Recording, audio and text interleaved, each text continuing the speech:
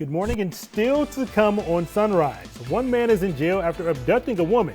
We'll show you guys how the victim is doing. Plus, the community is coming together to make sure students don't have empty stomachs, what one business is doing to help out. And forecasters say that more storms could be expected this hurricane season. Your Sunrise News starts right now. Live from the WTXL studios, this is ABC 27 Sunrise. And check this out. A smoke trail left behind in the sky Thursday by the Atlas V rocket launch from Cape Canaveral. The launch was seen from all the way down about 6 hours south of here in South Florida. Happy Friday, and thank you guys so much for waking up with us. I'm Brian Jackson. And I'm Angela Green. Of course, Brian is a new face to the Sunrise team, and you will get to know him so much more over the next We're gonna have a lot of fun hour. together. We are. And straight over to the Weather Center, First Alert meteorologist Reed Leibarger. Reed is also new. We're all new, and we're just going to have so much fun as the new Sunrise team right here on ABC 27. Hey, Reed. Hey, good morning, guys. Good afternoon, guys. Whatever it is. It's hot outside. It's not the morning. That it is, yeah. I wish. It's a little too toasty outside. Temperatures brutal as you head outside. It looks nice outside. That's if you're watching from the inside. It feels good in the AC. Outside, heat advisories. Jefferson County and West shaded in orange till 7 p.m. Heat index values expected to climb between 108 to 110. That's dangerous. Temperatures, they're pretty hot. This is around normal. We're still going to be warming up for the next few hours. Keep that in mind. Your heat index values 106 in Tallahassee, 110 in Perry.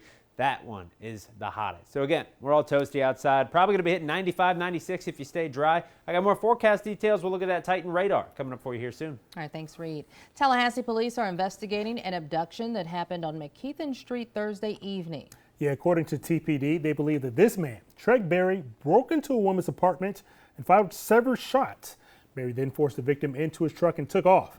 Now, about 30 minutes later, law enforcement found Berry's truck near Innovation Park. That's where Berry and the victim were later seen walking nearby, and there was a brief standoff after Berry refused to let the victim go. Now, the woman that Berry was holding captive, she has minor injuries. Right now, there's no word on if Berry was injured himself. And currently, charges are still pending, while Berry is spending his time in jail. South Florida police got involved when they heard a man had asked a Walmart clerk for a gun that would kill 200 people. Phil Addy of Port St. Lucie says he had no intention of causing any harm. He says his request was a political statement against the sale of certain firearms in the wake of the El Paso and Dayton mass shootings. And I'm in a Walmart just a few days after El Paso, and I'm seeing a white nationalist looking guy purchase a gun.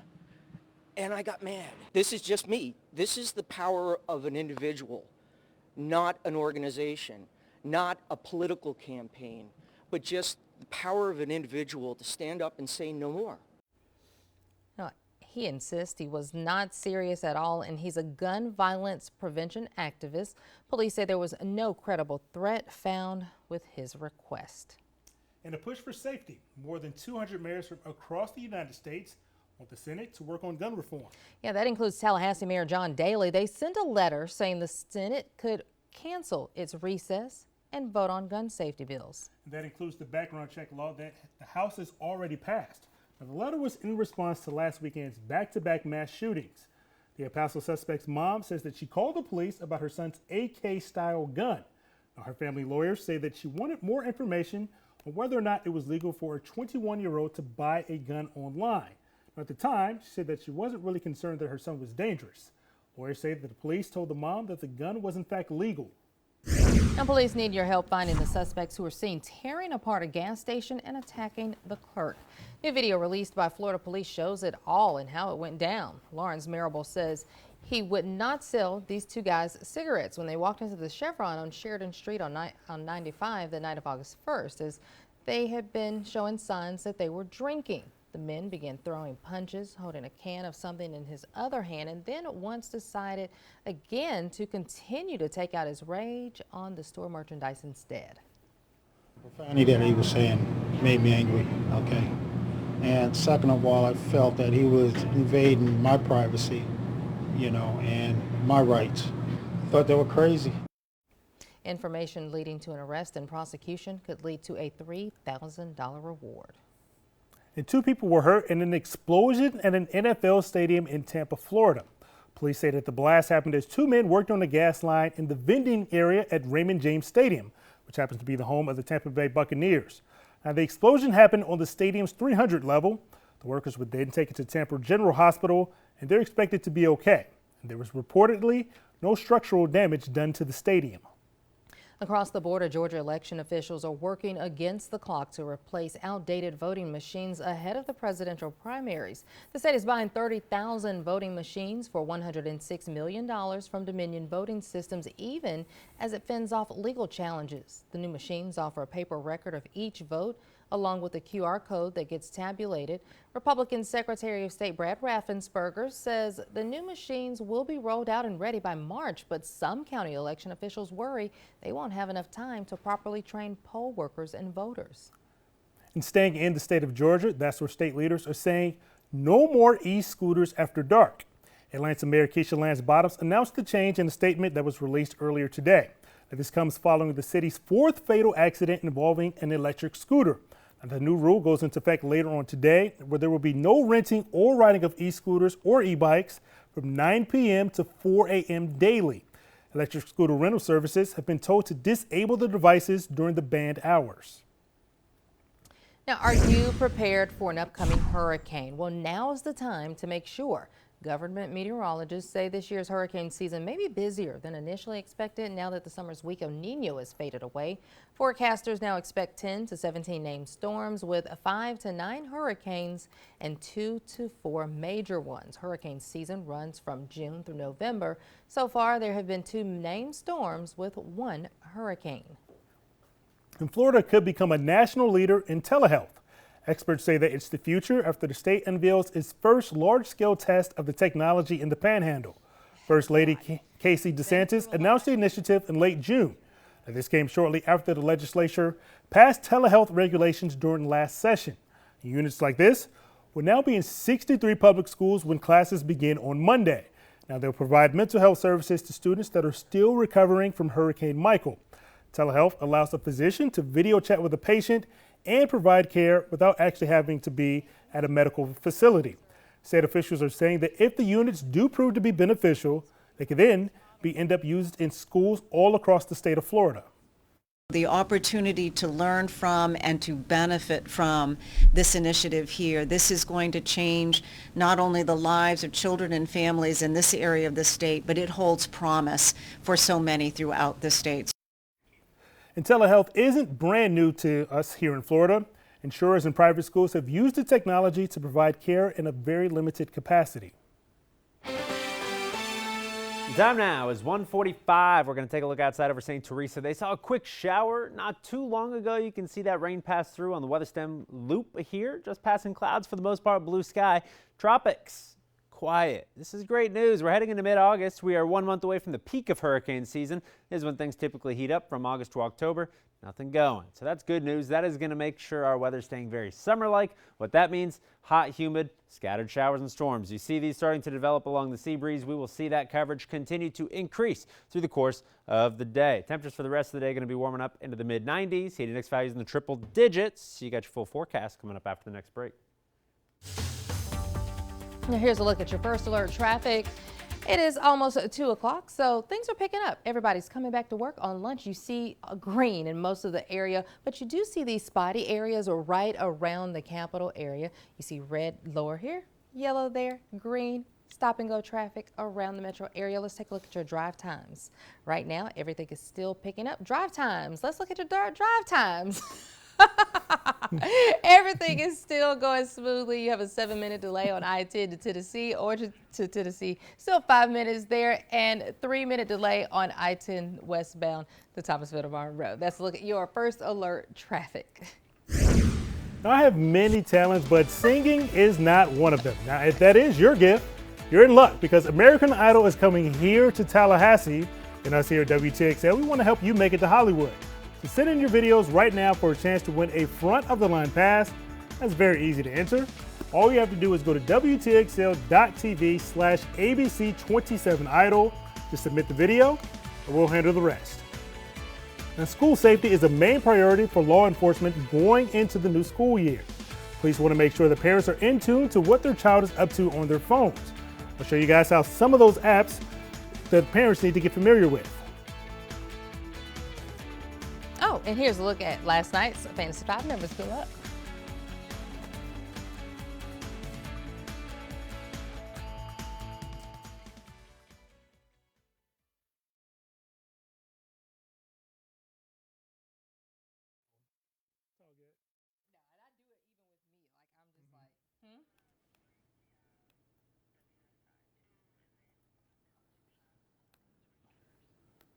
All right. Okay.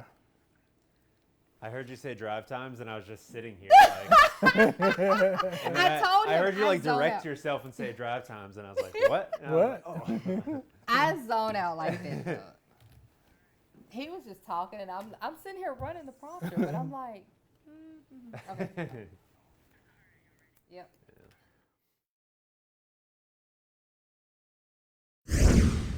Welcome back. Time is 1:48. Here's a look at those heat index values outside. As you step out there, it is going to feel like a sauna. 110 in Perry, 106 in Tallahassee, 104 in Marietta and Apalachicola. Dress light, pack some water. More forecast details coming up soon. One local business is making an effort to help students get fed this year. Yeah, according to the second harvest of the Big Bend, our local counties have one of the highest rates in the state of Florida of residents that are struggling to put enough food on the table. Thursday afternoon, Tadlock Roofing made a pledge to help ease some of those concerns. CEO Dale Tadlock presented Godby High School with a $4,000 check. The money will be used to support the school's food pantry this year. We know there are kids in our school system that come to school every day that are hungry. And had it not been for his generosity, his donation, on the weekends they would go home hungry. But because of this amazing contribution of not $2,000 but now $4,000, he doubled what he started with. So surprised I was almost drawn to tears. I was very surprised. And some of the folks in our faculty, they know, they said, Mr. Cole, I almost saw you up here crying. I didn't do it today, but I almost did. And last year, Godby received $2,000 from Tadlock Roofing. And with the company doubling their donation this year, the school has received 100% of the funds that they need to run the pantry throughout this entire school year. As children head back to school, law enforcement wants parents to stay aware of what their kids are up to on their cell phones. Yeah, I know about that all too well. My son has a cell phone, but authorities are sharing a list of apps that could make children vulnerable. Yeah, everybody is pretty familiar with WhatsApp, Tinder, as well as Grindr. Now, those are all the ones that you guys see on the news, and they're all very popular, but there are ones like Meet Me or Live Me, things like that are also on that list. We want you guys at home to not only be aware of those apps, but we also want you to know what they're capable of. You could literally be a registered sex offender a block away while viewing what your child is doing on the internet, and you would have no idea. Sergeant Wilson encourages parents to know their child's passcode to their phone and check up on what they're doing regularly, especially if you notice a change in their behavior. An effort by the FBI to monitor social media for threats that may rise some privacy concerns.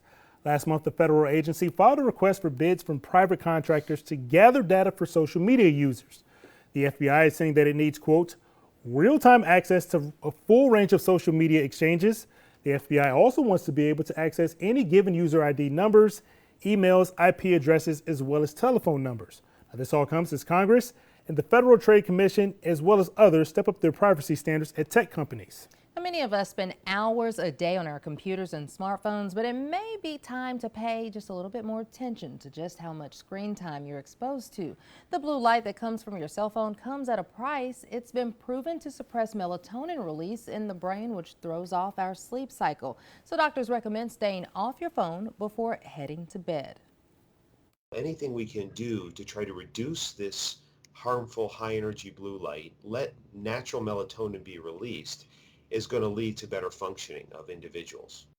So for now, experts recommend using tools and technology like a blue light blocking glass to protect your eyes. Also try to balance your time in front of screens. You can also adjust the screens to night mode, which emits warmer light. It's easier on your eyes and is better for your sleep cycle. I know something else that's better for your sleep cycle. What's that? I do.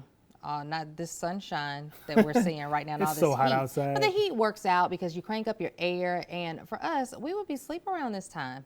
Yeah. What's it like out there, Reed? It's hot and sunny. Waking up at 2 a.m., probably not the best for your sleep schedule, but we do it anyway. It's nice outside. It's hot outside. It looks nice, really. It doesn't feel nice unless you love brutal oppressive heat and humidity. Then it's a beautiful day. Jefferson County westward looking at heat advisories until 7 p.m. We had these yesterday. Got them today. There's a good chance we see them tomorrow. Your current temperatures in the 90s. Your heat index values in the triple digits across the area. Perry at 110. Radar showing a few showers popping up from the sea breeze. We're going to be seeing these continue through the course of the day. You can see them down towards Franklin and Gulf counties. For the rest of the day, rain's going to continue there. Tallahassee looking at a high of 96 degrees this afternoon. Heat index values in the triple digits. Overnight lows dropping back in the 70s. Quick look at your 7-day forecast for you every day. Hot, humid. Temperatures above normal till next week. Those rain chances sticking around. Rain chances climb next week. And then your temperatures will finally go down a cool 91 next Tuesday or Thursday. Next Thursday. So it's almost like typical Florida weather. It's going to be hot and it's going to rain. Only 8 months of the year. Right. That's it. Y'all are Get used to that. it. Yeah. You're used to it. I love it. Okay, yeah. You'll get used to it. I'm trying to. Everybody kept saying when you move to Florida, it's a different type of heat. So I'm still trying to adjust That to humidity it. just attacks you, right? Have to get my doggy some booties to walk out on this concrete. And the school bus has crashed in Valdosta with at least 7 people aboard. We'll let you guys know how those passengers are doing. Plus, police are investigating a death at the Oakland Cemetery. We'll show you what officers found when they responded to the area. I'm Vinny Politan. Today on Court TV, our continuing live coverage of Tennessee versus Eric Boyd. This is a case that took 12 and a half years to bring to trial. A young